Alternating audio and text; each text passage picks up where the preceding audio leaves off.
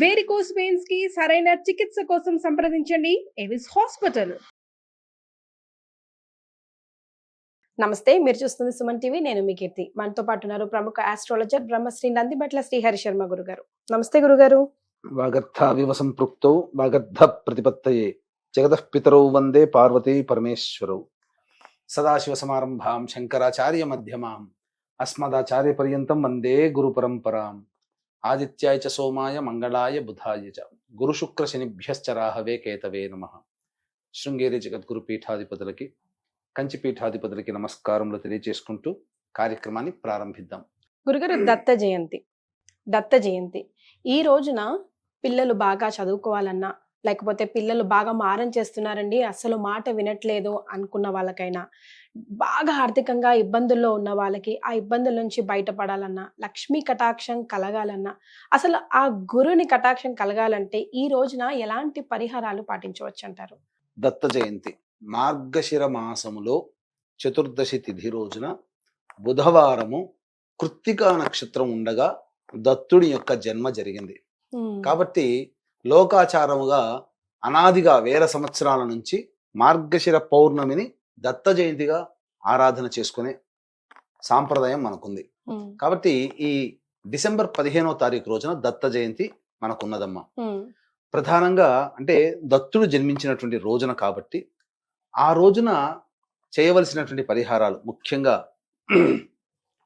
పిల్లలు విద్యలో పైకి రావడం కోసం, అలాగే ఉద్యోగ ప్రాప్తి, ధన ప్రాప్తి, ఆర్థిక సమస్యల నివారణ కావడం కోసం, చేస్తున్నటువంటి పనులలో అనుకూలత కోసం, అలాగే వివాహము కావడం కోసం, ఇంకా చెప్పాలంటే చక్కటి సంతానాన్ని అనగా దత్తుని అనుగ్రహంతో సంతానం పొందితే ఆ సంతానం వల్ల ఆ యొక్క కుటుంబం అభివృద్ధిలోకి వస్తుందమ్మా.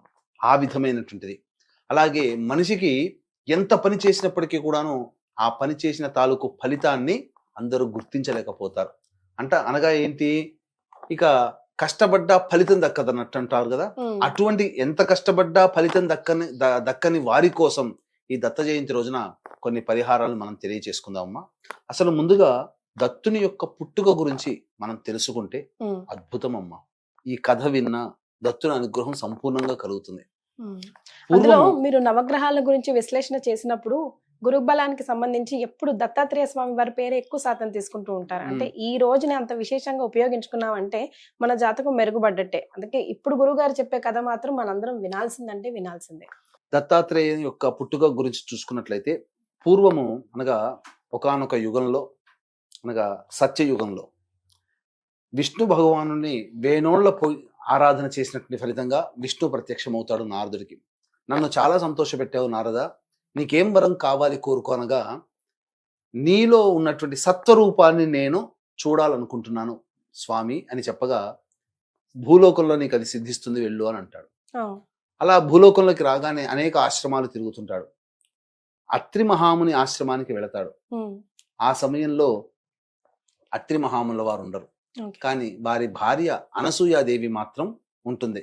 రాగానే మునీశ్వరుడు వచ్చాడని చెప్పి అతిథి సత్కారాలు చక్కగా చేసి భోజన తాంబూలాదులు ఇచ్చి సంతృప్తి చెంది ఆ నారదుల వారిని పంపిస్తుంది. ఈ విధమైనటువంటి సంతోషం పొందినటువంటి నారదుల వారు వైకుంఠానికి వెళ్ళి లక్ష్మీ అమ్మవారు ఉండగానే విష్ణు దగ్గర ఆ యొక్క అత్రి మహాముని భార్య అయినటువంటి అనసూయాదేవి గొప్పతనం గురించి చెప్తున్నారు. సహజంగా ఎలా ఉంటుందమ్మా, ఆడవాళ్ల ముందర ఇంకొక ఆడవాళ్ళని పొగిడితే ఊరుకుంటారా? అసూయ ఉంటుంది. అలాగే లక్ష్మీ అమ్మవారికి కూడా అసూయ కలిగింది. అయితే నా భర్తను పంపిస్తాను, ఆమె ఏటి పాతివ్రత్యం నేను కూడా చూస్తాను అని చెప్తుంది. ఈయన గారు మళ్ళీ కైలాసానికి వెళతారు. మళ్ళీ పార్వతీదేవి ముందర ఉండగానే శంకర్ల వారికి చెప్తారు. అప్పుడు పార్వతీదేవి కూడా అసూయ పడుతుంది, నా భర్తను పంపిస్తాను, ఆమె పాతివ్రత్యం ఎటువంటిదో చూస్తాను అని. అలాగే పరీక్ష కోసం ఇదంతా కూడా. సావిత్రి ముందుగానే బ్రహ్మలోకంలో బ్రహ్మతోని ఈ విధంగా చెప్పగల, సావిత్రి కూడా నా భర్తని పరీక్షించమని పంపిస్తాను అని చెప్పి ముగ్గురు కూడా కలగలిపినట్టుగా ఒకే మాట మీద ఉంటారు. తర్వాత ఈ బ్రహ్మ విష్ణు మహేశ్వరులు వీరిని పరీక్షింపదలిచి వారి ఆశ్రమానికి వెళతారు. ఎలా వెళ్తారో బ్రాహ్మణ సన్యాసి రూపంలో వెళతారు. భవతి భిక్షాందేహి అనగానే చక్కగా అత్రి మహాముని వారు కూడా చాలా సంతోషించి, అనుకోని అతిథులు దేవతా స్వరూపం చెప్పి వాళ్ళని సాధారణంగా ఆహ్వానించి భార్యని పురమాయిస్తారు. చక్కగా వంటలు అవన్నీ చేయమని చెప్పి. అంతటా వాళ్ళు ఏమి కండిషన్ పెడతారంటే, ఈవిడ వివస్త్రగా మాకు వడ్డించాలి అని చెప్పి పెడతారు. అంతటా అత్రి మహాముని ఒకసారి కంగు తింటాడు. ఏంటి ఇలాంటి కోరిక కోరారు? ఎవరు సన్యాసులు ఇలాంటి కోరిక అడగరు కదా అని చెప్పి దివ్య దృష్టితో చూస్తే వచ్చిన వాళ్ళు సాక్షాత్తు త్రిమూర్తులు. ఈ విషయం అనసూయాదేవికి చెబుతుంది. ఎలా అండి అని అంటే, అప్పుడు ఒక మంత్రోదకం ఇస్తాడు. ఆ మంత్రోదకం ఆ భర్త యొక్క చెప్పినటువంటి మంత్రోదకాన్ని మనసులో స్మరణ చేసుకొని ఆ ముగ్గురు మీద చల్లగానే వాళ్ళు పసి బాలులు అయిపోతారు, చంటి పిల్లలు అయిపోతారు. అప్పుడు వాళ్ళని ఆలనా పాలన ఇచ్చేసి చక్కగా వారిని ఊయల్లో వేసి చక్కగా ఆడించుకుంటూ ఉంటుంది. ఇక్కడ త్రిమూర్తులు లేరు. ఆ లేరన్న విషయం ఎక్కడ పోయారో తెలియ విషయం కోసం వెతుకుతూ ఉంటుంటే అత్రి మహాముని ఆశ్రమంలో ఉన్నారు తెలుసుకొని నారదుల వారిని పట్టుకొని అత్రి మహాముని ఆశ్రమం అదిగో అని చెప్పి అల్లంత దూరం నుంచి చూపిస్తాడు. లోపలికి వెళ్తారు. ముగ్గురు చక్కగా అత్రి మహాముని భార్య అయినటువంటి అనసూయ ఒళ్ళో ఆటలాడుకుంటుంటారు. చూసింది తప్పైపోయిందమ్మా, మీ యొక్క పాతివ్రత్యాన్ని శంకించాము, అనుమానించాము, మిమ్మల్ని పరీక్ష పెట్టమని చెప్పి పంపిస్తే మా భర్తలు ఇలా అయ్యారు, కాబట్టి మళ్ళీ మా భర్తలు మాకు ఇవ్వండి అమ్మా అని చెప్పి వేణోళ్ళ వేడుకుంటుంది అనసూయాదేవిని. ఈ ముగ్గురు మూర్తులు కూడా భార్యలు. అంతటా మళ్ళీ మంత్రోదకం ఇస్తాడు. ఆ మంత్రోదకం చల్లగానే త్రిమూర్తులు ప్రత్యక్షమవుతారు, యథారూపాన్ని పొందుతారు. అంతటా త్రిమూర్తులు చాలా సంతోషిస్తారు. ఇంత గొప్పదైనటువంటి మహాపాతివృత్యం కలిగినటువంటి భార్యను పొందిన ఓ అత్రి మహాముని, నీకేం వరం కావాలి కోరుకో అని అడుగుతారు. అంతటా మీ త్రిమూర్తుల అంశతో మాకు సంతానం కావాలి అని చెప్పి కోరుకుంటారమ్మా. అంతటా విష్ణుమూర్తి అంశతో దత్తాత్రేయుడు, ఈశ్వరుని అంశతో దూర్వాస మహాముని, బ్రహ్మ అంశతో చంద్రుడు ముగ్గురు జన్మిస్తారు ఈ అత్రి మహాముని దంపతులకి. ఈ దత్తాత్రేయుడే సత్వస్వరూపము. కాబట్టి ఈ దత్తాత్రేయుని యొక్క జన్మ వృత్తాంతం ఇదమ్మా. ఈ దత్తాత్రేయుని యొక్క రోజున ఎవరైతే దత్తుని ఆరాధన చేస్తారో, దత్తుని తలుచుకుంటారో సంపూర్ణమైనటువంటి అనుగ్రహం కలుగుతుంది. కానీ చాలా మంది తెలిసి తెలియక దత్తుడి రూపాన్ని కొలవాల్సింది పోయి దత్తుడి రూపంలో నకిలీలను కొలుచుకుంటూ మానవ రూపాన్ని ధరించి వాళ్ళని దేవుళ్ళని చేసేసి వాళ్ళని కొలుచుకుంటూ హారతులు పూజలు చేస్తున్నారమ్మా. మానవ రూపం ధరించినటువంటి ఏ వ్యక్తి అయినా కానీ, మలమూత్రాదులు విసర్జించే ఏ వ్యక్తి అయినా కానీ దైవ పూజకి అర్హుడు కాడు. గుర్తుపెట్టుకోండి, దైవాంశ సంభూతులు మాత్రమే దైవ పూజలకి అర్హులు. కాబట్టి ఒక గురువుగా భావించాలి తప్ప గురువుని మించిన దైవంలా మనం చేస్తున్నదే మహా అపరాధముగా చెప్పవచ్చు. ఈనాడు చాలా మంది అజ్ఞానముతో బాబాల ఆశ్రమాల చుట్టూ, బాబాల మందిరాల చుట్టూ తిరిగి తమ విలువైనటువంటి సమయాన్ని, భక్తిని కోల్పోతున్నారు. ప్రయోజనం లేదు. ఒక్క ఉదాహరణ చెప్తానమ్మా. మీకు ఒక డిపార్ట్మెంట్ ఉంటుంది, ఎలక్ట్రిసిటీ డిపార్ట్మెంట్ అనుకోండి. ఇంట్లో కరెంటు ప్రాబ్లం వచ్చింది. ఎలక్ట్రిసిటీ డిపార్ట్మెంట్ లో ఉండే డైరెక్టర్ మనకు చాలా సన్నిహితుడు, చిన్నప్పటి నుంచి కలిసి పెరిగాం. పిఏ కూడా మన ఈ మధ్య పరిచయం పెంచుకున్న పిఏతో మనకు ఏదైనా పని వస్తే డైరెక్టర్ దగ్గర పోతామా, పిఏ దగ్గరికి పోతామా? డైరెక్టర్ దగ్గరికే వెళ్తాము. మనకు ఇష్టమైన వాడు, మనల్ని చిన్నప్పటి నుంచి చూసిన వాడు. అటువంటి స్థాయి కలిగినటువంటి దత్తాత్రేయుని వదిలిపెట్టి ఈ మధ్య కొత్తగా అవతారం ఎత్తినటువంటి ఈ బాబాల ఆశ్రమాల చుట్టూ, బాబాల చుట్టూ తిరిగి వాళ్ళకి పాద పూజలు చేసి ఇవన్నీ చేసి ఏంటమ్మా విచిత్రం? వాళ్ళకి ఎక్కడ దైవ ఆరాధన ఎక్కడ ఉంటుంది? దైవానుగ్రహం ఎలా కలుగుతుంది? దత్తాత్రేయుని మించిన అవతారంగా బాబాలను చూస్తున్నారు ఈ మధ్య. అసలు దత్తాత్రేయుడు అడుగంటిపోయాడు. కాబట్టి ఇది చాలా దుర్మార్గమైనటువంటి, హేయమైనటువంటి చర్యగా చెప్పవచ్చు. కనీసం దత్తాత్రేయ జయంతి రోజునైనా కానీ దత్తాత్రేయుని ఆరాధన చేసే అలవాటు పెట్టుకోండి. ఇంకొక విషయం చెప్తానమ్మా, ఇంట్లో గడ్డాలు, మీసాలు కలిగినటువంటి విగ్రహాలు కానీ, ఫోటోలు కానీ ఉండకూడదు. పూర్వకాలంలో ఉంచుకునేవాళ్ళు కారు. గడ్డాలు, మీసాలు ఎవరి ఫోటోలు ఉన్నటువంటి దేవతామూర్తుల్ని ఎవరైతే పెట్టుకుంటారో వాళ్ళ ఇంట్లో నిత్యము దరిద్రం తాండవిస్తుంది, నిత్యము కొట్లాడుకుంటూ ఉంటుంటారు. ఈ మధ్య అనేక వివాదాలు చూస్తున్నాం కదా. కాబట్టి అటువంటి పూర్వం లక్ష్మీనరసింహస్వామి విగ్రహాన్ని చూసారా మీ చిన్నతనంలో? మన శిల్పంలో రాముల వారికి, కృష్ణుల వారికి వాళ్ళు మగవాళ్లే, కానీ కారణ జన్ములు. మరి వారి విగ్రహాలు, పూజించే విగ్రహాలకు ఎక్కడైనా మీసాలు, గడ్డాలు ఉంటాయా? శిల్పశాస్త్రం ఒప్పుకోదు. కాబట్టి అటువంటి గడ్డాలు, మీసాలు ఉన్నటువంటి విగ్రహాలు కానీ, చిత్రపటాలను కానీ పూజించడం హైందవ సాంప్రదాయము కాదు. ఇది. ఇక మనం పరిహారాల గురించి తెలుసుకుందాం. ముఖ్యంగా 2 పరిహారాలు మాత్రం చేసుకోవచ్చునమ్మా. ఒకటి మనం చెప్పుకునేటువంటి పరిహారం ఏంటంటే, చక్కగా సమయం చూసుకొని సమయాన్ని పెట్టుకొని కేవలం ఆ రోజు మొత్తం పెట్టుకోవాల్సినటువంటి పరిహారం. ఇంకొకటి, సమయం లేకపోయినా ఉన్న కొద్ది సమయంలోనైనా భక్తితో చేసుకున్న దేవతానుగ్రహం కలుగుతుంది. ఈ 2 పరిహారాలు చెప్పుకోవచ్చమ్మా. వీక్షించేటువంటి ప్రేక్షకులకి గమనిక, జాతకరీత్యా కలుగు విద్య, వివాహ, ఉద్యోగ, దాంపత్య, సంతాన, అనారోగ్య సమస్యల నివారణకి మరియు గోచార రీత్యా వృషభ, మిథున, కర్కాటక, సింహ, తుల, వృశ్చిక, మకర, కుంభ, మీన రాశిలో జన్మించిన వారికి శనిదోష పరిహారార్థమై సర్వదోష నివారణ పూజల, హోమాలు మహామహిమాన్వితమైనటువంటి సుప్రసిద్ధ కాశీ క్షేత్రంలో దత్త జయంతి సందర్భంగా డిసెంబర్ 15వ తారీఖు రోజున పర్ హెడ్ 1500 రూపాయలకి చేయించడం జరుగుతుంది. అవకాశం ఉన్న వాళ్ళు కార్యక్రమ తదనంతరం కాంటాక్ట్ చేసి మీ గోత్రనామాలు నమోదు చేసుకోవచ్చు. ఈ డిసెంబర్ 15 ఆదివారం అయింది, కలిసి వచ్చింది. ఆ రోజంతా సెలవు దినం కాబట్టి బ్రహ్మముహూర్త కాలంలోనే లేచి కాలకృత్యాదులు తీర్చుకొని ఉదయిస్తున్నటువంటి సూర్యుడికి ఒకసారి నమస్కారం చేసి 3 సార్లు అర్ఘ్యమిచ్చి సూర్యాష్టకం 6 సార్లు పారాయణం చేసి ఇంట్లో ఆవు నేతితో దీపారాధన చేసి అప్పుడు దత్త చరిత్ర పారాయణం చేయాలి. గురు చరిత్ర అనగానే ఈ మధ్య కొత్తగా పుట్టుకొచ్చినటువంటి సచ్చరిత్రలు చదువుతున్నారు.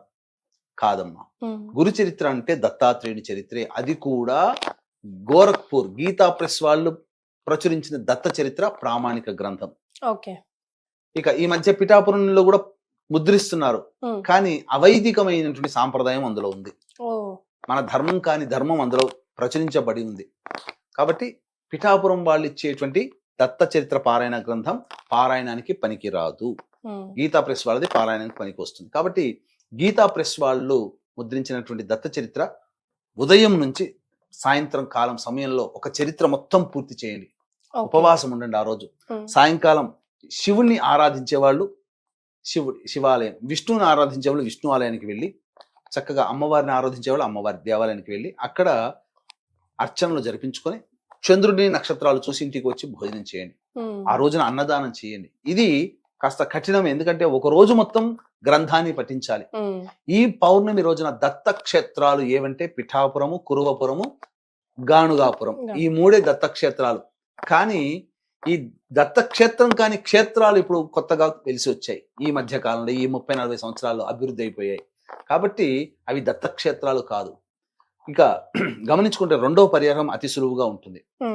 నవగ్రహాల చుట్టూ శివాయ నమః అంటూ 27 ప్రదక్షిణలు చేసి ఉదయాన్నే 7 గంటలకల్లా వెళ్ళిపోతే, తదనంతరం ఉత్తరం వైపున ఫేస్ పెట్టినటువంటి విగ్రహం ఉంటుంది నవగ్రహాల్లో, అది గురుస్వరూపం. కాబట్టి ముందు రోజే నానబెట్టినటువంటి 108 శనగల దండని ఆ గురుగ్రహానికి వేసి పసుపు రంగు పూలతో అర్చన చేసుకోవాలి. చేసిన తర్వాత ఆ తదనంతరం శనగపిండితో చేసినటువంటి బూందీ లడ్డు నైవేద్యంగా పెట్టాలి. ఇక ఆ రోజునంతా కూడా ఉపవాసం ఉండవచ్చు, ఇబ్బంది పడాల్సిన అవసరం లేదు, భోజనం చేయవచ్చు. కానీ మళ్ళీ ప్రదోషకాల సమయానికి దేవాలయానికి వెళ్ళి అర్చనాభిషేకాదులు జరిపించుకొని చంద్రదర్శనం చేసి భోజనం చేయాలి. ఆ రోజున అన్నదానం చేస్తే చాలా విశేషం అమ్మా. ఇది ఈ యొక్క 2 పరిహారాలు గనక ఏ వ్యక్తి అయితే చేస్తాడో దత్త జయంతి సందర్భంగా ఆ దత్తుని అనుగ్రహం సంపూర్ణంగా కలుగుతుంది. ఒక్కసారి మనం పారాయణం చేసామా, 108 పారాయణాలు చేసిన పుణ్య ఫలితం దత్త జయంతి అయినటువంటి డిసెంబర్ 15వ తారీఖు రోజునే వస్తుంది. కాబట్టి చాలా చక్కగా ఈ వచ్చినటువంటి సమయాన్ని అందరూ వినియోగించుకొని అసలు సిసలైన దత్తాత్రేయుని మాత్రమే ఆరాధన చేయండి. మిగతా మనుషులుగా పుట్టి మనిషిగా చనిపోయినట్లు వ్యక్తులు దత్తునిగా ఆరాధన చేయకండి. ధర్మాన్ని పాటించండి, ధర్మాన్ని రక్షించండి. గురుగారు, గాంగాపురం టాపిక్ వచ్చింది కాబట్టి నెగిటివ్ పవర్స్ ఉన్నా కూడా, లేకపోతే కొంచెం మెంటల్లీ ఛాలెంజ్ ఉన్న వాళ్ళు కూడా గాంగాపూర్లో దత్తాత్రేయ ఆరాధన చేస్తే చాలా మంచిది, నిద్రిస్తే చాలా మంచిది అంటారు కదా. అలాంటి వాళ్ళకి కూడా సూచించండి గురుగారు, బికాస్ ఆ రోజుని సద్వినియోగం చేసుకోవచ్చు కదా. మనకున్నటువంటి 3 దత్త క్షేత్రాల్లో ఈ క్షేత్రం చాలా గొప్పదమ్మా. గాంగాపురం సాక్షాత్తు అవతార స్వరూపంగా ఉన్నటువంటి నృసింహ సరస్వతి స్వామి వారు అక్కడ ఉన్నటువంటి సందర్భం, తపస్సు చేసినటువంటి సందర్భం. అమరజా భీమా నదీ సంగమ ప్రదేశం. అక్కడ వైబ్రేషన్ చాలా మామూలుగా ఉండదమ్మా. రోజు 100 పారాయణాలు అవుతాయి. అక్కడికి వెళితే చాలు, ఆ ప్రదేశంలో ఒక పావు గంట అరగంట సమాధి స్థితిలో ఉంటే చాలు, నెగిటివ్ ఎనర్జీ అంతా పోతుంది. గురుడు అంటే సామాన్యమైనటువంటి వాడమ్మా. నవగ్రహాల గురువు చాలా నిరాడంబరంగా ఉంటాడు. అందుకనే గురుక్షేత్రాలు ఎప్పుడు కూడా నిరాడంబరంగా ఉంటాయి.